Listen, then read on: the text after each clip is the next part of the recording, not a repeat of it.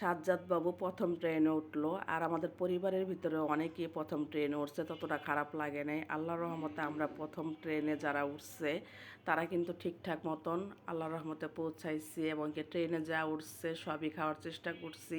আসলে প্রথম ট্রেনে উঠাতে জার্নিটা খুব ভালো ছিল।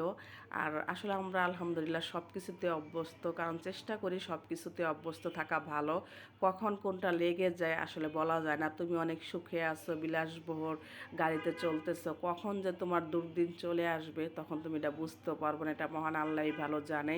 এর জন্য আমাদের সব কিছুতে অভ্যস্ত থাকা ভালো। যখন যেটা আসে তখন এটা মোকাবেলা করতে পারবো ইনশাআল্লাহ। তো এই রুমটা ছিল রাফিজা, মারিয়া, মিম, মাইশা ওদের জন্য চারজনের জন্য এই একটা রুম ছিল। মোট 5টা রুম নেওয়া হয়েছে।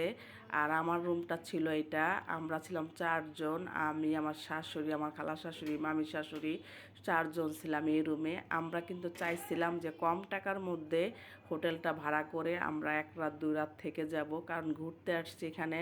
আসলে 5 স্টার হোটেলে থাকার মতন এত এনার্জি আমাদের নাই, কারণ এত তেল হয় নাই 5 স্টার হোটেলে লাখ লাখ টাকা দিয়ে আমরা খরচ করে যাব। ঘুরতে আসছি, এনজয় করতে আসছি পরিবার নিয়ে। আমরা সুন্দর মতন এনজয় করে, সুন্দর করে আনন্দ করে আমরা খাবার দাবার খেয়ে সুন্দর মতন পরিপাটি করে যাওয়ার চেষ্টা করব। তো রাতের খাবার আমরা খেতে চলে আসছি পানশিতে। আর দেখো আমরা মাশাল্লাহ দেখে মাশাল্লাহ বলবা, কতগুলা মানুষ আসছি আর 4টা টেবিল একসাথে করা লাগছে। সবাই ভাত, মাছ, গোস যার যেটা মন চাইছে সেটাই অর্ডার দিছে। সবাই সবার মতন করে খাইতেছিল। আর মাইশা রুটি আর কাবাব অর্ডার দিছিল। আসলে পানশির খাবারগুলা খেতে যে কি মজা, যারা খাইছে তারা ভালোই জানো।